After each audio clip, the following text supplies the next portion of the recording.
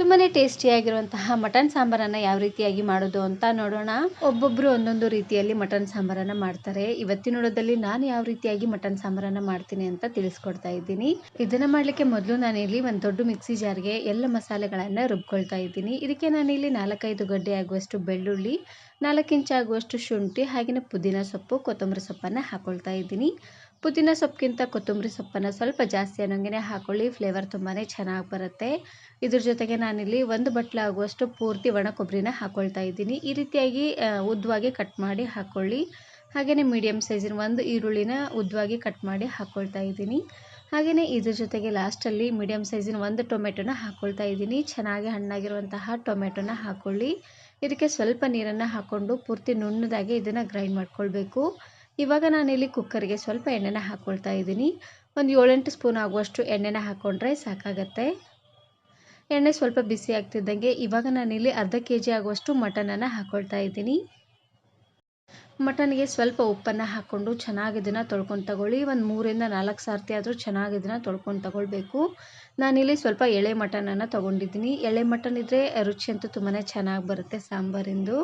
ಇದಕ್ಕೆ ನಾನಿಲ್ಲಿ ರುಚಿಗೆ ತಕ್ಕಷ್ಟು ಉಪ್ಪು, ಹಾಗೆಯೇ 1/4 ಚಮಚ ಆಗುವಷ್ಟು ಅರಶಿನ ಪುಡಿನ ಹಾಕ್ಕೊಂಡು ಮಟನನ್ನು ಚೆನ್ನಾಗಿ ಹುರ್ಕೊಳ್ತಾ ಇದ್ದೀನಿ. ಮೊದಲು ಮಟನನ್ನು ಈ ರೀತಿಯಾಗಿ ಉಪ್ಪು ಹಾಗೆಯೇ ಅರಶಿನ ಪುಡಿನ ಹಾಕ್ಕೊಂಡು ಚೆನ್ನಾಗಿ ಇದನ್ನು ಹುರ್ಕೊಂಡು ತಗೊಳ್ಬೇಕು. ನಾನು ಇದೇ ರೀತಿ ಬಹಳಷ್ಟು ವೆರೈಟಿ ಆಗಿರುವಂತಹ ನಾನ್ ವೆಜ್ ರೆಸಿಪೀಸ್ನ ಅಪ್ಲೋಡ್ ಮಾಡಿದ್ದೀನಿ. ವಿಡಿಯೋ ನೋಡಿಲ್ಲ ಅಂದರೆ ಈ ವಿಡಿಯೋ ಕೊನೆಯಲ್ಲಿ ಹಾಕಿರ್ತೀನಿ, ನೋಡಿ ಚೆಕ್ ಮಾಡಿ. ನೋಡಿ ಈ ರೀತಿಯಾಗಿ ಚೆನ್ನಾಗಿ ಇದನ್ನು ಮಿಕ್ಸ್ ಮಾಡಿಕೊಂಡು 1-2 ನಿಮಿಷವರೆಗೂ ಹಾಗೆ ಇದನ್ನು ಹುರ್ಕೊಂಡು ತಗೊಳ್ಬೇಕು. ಪೀಸಸ್ ಎಲ್ಲ ಸ್ವಲ್ಪ ಕಲರ್ ಚೇಂಜ್ ಆಗಬೇಕು ನೋಡಿ, ಅಲ್ಲಿವರೆಗೂ ಚೆನ್ನಾಗಿ ಇದನ್ನು ಎಣ್ಣೆಲೆ ಹುರ್ಕೊಂಡ್ರೆ ಸಾಕಾಗತ್ತೆ. ಇವಾಗ ನೋಡ್ತಾ ಇರ್ಬೋದು ಎಲ್ಲ ಪೀಸಸ್ಸು ಪೂರ್ತಿ ಕಲರ್ ಚೇಂಜ್ ಆಗಿದೆ, ನೋಡ್ತಾ ಇದ್ರಲ್ವಾ. ಈ ರೀತಿಯಾಗಿ ಕಲರ್ ಎಲ್ಲ ಚೇಂಜ್ ಆಗೋವರೆಗೂ ಚೆನ್ನಾಗಿ ಇದನ್ನು ಹುರ್ಕೊಂಡು ತಗೊಳ್ಬೇಕು. ಇದಕ್ಕೆ ನಾನಿಲ್ಲಿ ಅಚ್ಕಾರದ ಪುಡಿನ ಹಾಕ್ಕೊಳ್ತಾ ಇದ್ದೀನಿ. ಒಟ್ಟು ನಾನಿಲ್ಲಿ 4 ಸ್ಪೂನ್ ಆಗುವಷ್ಟು ಅಚ್ಕಾರದ ಪುಡಿನ ಹಾಕ್ಕೊಳ್ತಾ ಇದ್ದೀನಿ. ನಿಮಗೆ ಖಾರಕ್ಕೆ ಎಷ್ಟು ಖಾರ ಬೇಕೋ ಅಷ್ಟು ಖಾರನ ನೀವಿಲ್ಲಿ ಹಾಕ್ಕೊಳ್ಬೋದು. ನೋಡಿ ಖಾರ ಪುಡಿನ ಹಾಕ್ಕೊಂಡು ಒಂದೇ ಒಂದು ಸಾರ್ತಿ ಈ ರೀತಿಯಾಗಿ ಚೆನ್ನಾಗಿ ಇದನ್ನು ಮಿಕ್ಸ್ ಮಾಡಿಕೊಂಡು ಇವಾಗ ನಾನಿಲ್ಲಿ ರುಬ್ಬಿರುವಂತಹ ಮಸಾಲೆನ ಹಾಕ್ಕೊಳ್ತಾ ಇದ್ದೀನಿ. ಮಸಾಲೆನ ಹಾಕ್ಕೊಂಡು ಇದರಲ್ಲಿರುವಂಥ ಹಸಿ ವಾಸನೆ ಎಲ್ಲ ಪೂರ್ತಿಯಾಗಿ ಹೋಗೋವರೆಗೂ ಚೆನ್ನಾಗಿ ಇದನ್ನು ಬಾಡಿಸ್ಕೊಳ್ತಾನೆ ಕುದಿಸ್ಕೊಂಡು ತಗೊಳ್ಬೇಕು. 1 ಕುದಿ ಬರೋವರೆಗೂ ಕುದಿಸ್ಕೊಂಡ್ರೆ ಸಾಕಾಗುತ್ತೆ. ಇದೇ ಮಸಾಲೆನ ನೀವು ಚಿಕನ್ ಕರಿ, ಹಾಗೆಯೇ ಫಿಶ್ ಕರಿ, ಮೊಟ್ಟೆ ಸಾಂಬಾರಿಗೆಲ್ಲ ಮಾಡ್ಕೊಬೋದು, ತುಂಬಾ ಟೇಸ್ಟಿಯಾಗಿರುತ್ತೆ.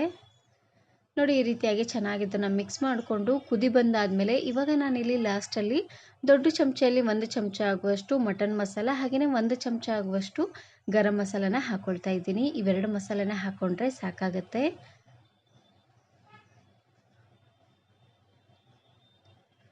ಇವಾಗ ನಿಮಗೆ ಸಾಂಬಾರಿಗೆ ಎಷ್ಟು ನೀರು ಬೇಕು ನೋಡಿಕೊಂಡು ಅಷ್ಟು ನೀರನ್ನು ಹಾಕ್ಕೊಳ್ಬೋದು. ಒಟ್ಟು ನಾನಿಲ್ಲಿ ಒಂದು 2 ಗ್ಲಾಸ್ ಆಗುವಷ್ಟು ನೀರನ್ನು ಹಾಕ್ಕೊಳ್ತಾ ಇದ್ದೀನಿ. ನಿಮಗೆ ಸಾಂಬಾರು ಸ್ವಲ್ಪ ತೆಳ್ಳ ಬೇಕು ಅನ್ನೋ ಹಾಗಿದ್ದರೆ ನೀರನ್ನು ಜಾಸ್ತಿ ಹಾಕ್ಕೊಂಡು ಸ್ವಲ್ಪ ತೆಳ್ಳದಾಗಿ ಮಾಡ್ಕೊಳ್ಳಿ. ಗ್ರೇವಿ ಥರ ಬೇಕು ಅನ್ನೋ ಹಾಗಿದ್ದರೆ ನೀರನ್ನು ಸ್ವಲ್ಪ ಅನ್ನೋಂಗೆ ಹಾಕ್ಕೊಂಡು ಚೆನ್ನಾಗಿ ಇದನ್ನು ಕುದಿಸ್ಕೊಂಡು ತಗೊಳ್ಳಿ. ನಾನಿಲ್ಲಿ ಸಾಂಬಾರನ್ನು ಮಾಡ್ಕೊಳ್ತಾ ಇದ್ದೀನಿ, ಹಾಗಾಗಿ 2 ಗ್ಲಾಸ್ ಆಗುವಷ್ಟು ನೀರನ್ನು ಹಾಕ್ಕೊಂಡು ಈ ರೀತಿಯಾಗಿ ಚೆನ್ನಾಗಿ ಇದನ್ನು ಮಿಕ್ಸ್ ಮಾಡಿಕೊಂಡು ಕುದಿಸ್ಕೊಳ್ತಾ ಇದ್ದೀನಿ. ನೀವು ತಗೊಂಡಿರುವಂತಹ ಮಟನಲ್ಲಿ ಕೊಬ್ಬಿದ್ರೆ ಅದು ಚೆನ್ನಾಗಿ ಎಣ್ಣೆ ಬಿಡುತ್ತೆ ನೋಡಿ, ಹಾಗಾಗಿ ಎಣ್ಣೆನ ಸ್ವಲ್ಪ ಕಡಿಮೆ ಅನ್ನೋಂಗೆ ಹಾಕ್ಕೊಳ್ಬೇಕು. ನಾನು ತಗೊಂಡಿರುವಂತಹ ಮಟನಲ್ಲಿ ಕೊಬ್ಬು ಇತ್ತು, ಹಾಗಾಗಿ ನಾನಿಲ್ಲಿ ಸ್ವಲ್ಪ ಅನ್ನೋಂಗೆ ಎಣ್ಣೆನ ಹಾಕ್ಕೊಂಡು ಕುದಿಸ್ಕೊಳ್ತಾ ಇದ್ದೀನಿ. ಲಾಸ್ಟಲ್ಲಿ ಇದಕ್ಕೆ ಸಣ್ಣದಾಗಿ ಕಟ್ ಮಾಡಿರುವಂತಹ ಕೊತ್ತಂಬರಿ ಸೊಪ್ಪು, ಹಾಗೆಯೇ ಕಸೂರಿ ಮೆಥಿನ ಈ ರೀತಿಯಾಗಿ ಕೈಯಿಂದ ಕ್ರಷ್ ಮಾಡಿ ಹಾಕ್ಕೊಳ್ತಾ ಇದ್ದೀನಿ. ಇವೆರಡನ್ನು ಹಾಕ್ಕೊಂಡು ಒಂದೇ ಒಂದು ಸಾರ್ತಿ ಈ ರೀತಿಯಾಗಿ ಚೆನ್ನಾಗಿ ಇದನ್ನು ಮಿಕ್ಸ್ ಮಾಡಿಕೊಂಡು ರುಚಿ ನೋಡಿ ಉಪ್ಪು ಏನಾದರೂ ಕಡಿಮೆ ಅಂತ ಅನಿಸಿದ್ರೆ ಇನ್ನು ಸ್ವಲ್ಪ ಇವಾಗಲೇ ಉಪ್ಪನ್ನು ಹಾಕ್ಕೊಂಡು ಕುಕ್ಕರ್ ಮುಚ್ಚಳನ ಮುಚ್ಚಿ ಉರಿನ ಪೂರ್ತಿಯಾಗಿ ಹೈ ಫ್ಲೇಮ್ನಲ್ಲೇ ಇಟ್ಟು ಒಂದು 4 ವಿಸಿಲ್ ಕೂಗಿಸ್ಕೊಂಡ್ರೆ ಆಯಿತು. ಎಳೆ ಮಟನ್ ಇದ್ದರೆ ಒಂದು 4 ವಿಸಿಲ್ ಕೂಗಿಸ್ಕೊಳ್ಳಿ.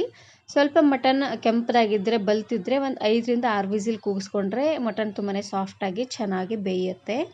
ಮಟನ್ ಸ್ವಲ್ಪ ಬಿಳಿ ಬಿಳಿಯಾಗಿದೆ ಅನ್ನೋ ಹಾಗಿದ್ದರೆ ಮಟನ್ ತುಂಬಾ ಎಳೆದಿದೆ ಅಂತ ಅರ್ಥ. ಸ್ವಲ್ಪ ಕೆಂಪದಾಗಿದ್ದರೆ ಪೂರ್ತಿ ಬಲ್ತಿದೆ ಅಂತ ಅರ್ಥ. ಇವಾಗ ನೋಡ್ತಾ ಇರ್ಬೋದು 4 ವಿಸಿಲ್ ಆಗಿದೆ, ಮಟನ್ನು ತುಂಬಾ ಸಾಫ್ಟಾಗಿ ಚೆನ್ನಾಗಿ ಬೆಂದಿದೆ, ನೋಡ್ತಾ ಇದ್ದೀರಲ್ವ. ಇದನ್ನು ನೀವು ಚಪಾತಿ, ರೋಟಿ, ಮುದ್ದೆ, ಹಾಗೆಯೇ ವೆರೈಟಿ ಆಗಿರುವಂತಹ ರೈಸ್ ಜೊತೆಗೆಲ್ಲ ಸರ್ವ್ ಮಾಡ್ಕೊಳ್ಬೋದು. ಈ ವಿಡಿಯೋ ಇಷ್ಟ ಆದರೆ ಈಗಲೇ ಒಂದು ಲೈಕ್ ಬಟನನ್ನು ಕ್ಲಿಕ್ ಮಾಡಿ, ಫ್ರೆಂಡ್ಸ್ ಆ್ಯಂಡ್ ಫ್ಯಾಮಿಲಿ ಜೊತೆಗೆ ಶೇರ್ ಮಾಡಿ. Thank you.